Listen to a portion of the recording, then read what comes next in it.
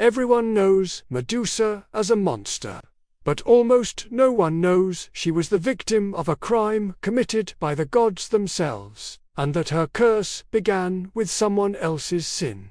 Before her hair writhed with snakes, Medusa was a young priestess, tending Athena's temple with quiet devotion. She wasn't feared. She wasn't dangerous. She was simply loyal. But someone was watching her. Poseidon, god of the seas. One night, while Medusa prayed alone, he entered the sacred space and violated it. The temple was desecrated, and Athena's fury erupted.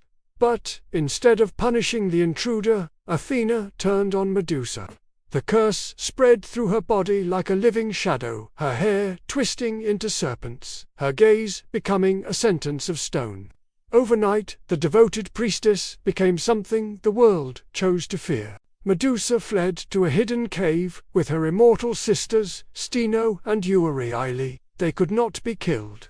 Medusa, still mortal, could, and that single flaw would one day set a tragic destiny in motion. Far away, another story was unfolding, a prophecy, a newborn child, and a king with dark intentions.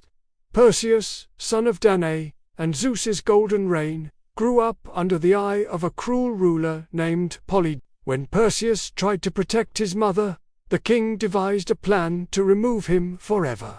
"Bring me the head of a Gorgon," he demanded, knowing it meant certain death. But the gods intervened.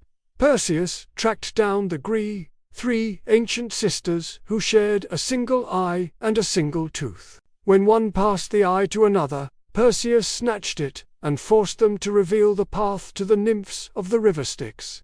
From the nymphs, he received 4 divine gifts: Hermes' winged sandals, Hades' cap of invisibility, Athena's shining mirrored shield, and a blade sharper than fate itself. There is a cruel irony here. The same goddess who cursed Medusa now armed the man who would end her life. Under cover of night, Perseus slipped into the Gorgon's cave. The air was still. The sisters slept. Only the reflection on Athena's shield guided him. One wrong glance, and he would join the countless statues scattered across the cavern floor. Medusa lay quietly, almost peacefully, her monstrous form resting like someone who had finally found a moment of silence. Perseus raised the blade. In a single motion, he struck. And then the impossible happened. From Medusa's severed neck burst to new beings Pegasus, the winged horse, and Chrysaor, the warrior. A death giving birth to life. A curse revealing a hidden divinity. Panicked, the immortal sisters awoke and screamed in agony. But Perseus vanished into the darkness, saved by the sandals.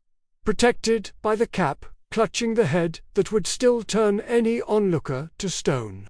Medusa was gone, but her face lived on. Ancient Greeks carved her image onto shields, temples, armor, and mosaic floors. Unlike other figures shown in profile, Medusa always faced outward, staring directly at the world that had wronged her. She became an apropaic symbol, something meant to ward off evil by embodying it. Some called her a monster. Others, like the Roman poet Ovid, saw her as a girl wronged by gods, who never paid the price. So who was Medusa, truly? A beast for heroes to slay, or a woman carrying the burden of divine injustice? That part of the story is yours to decide.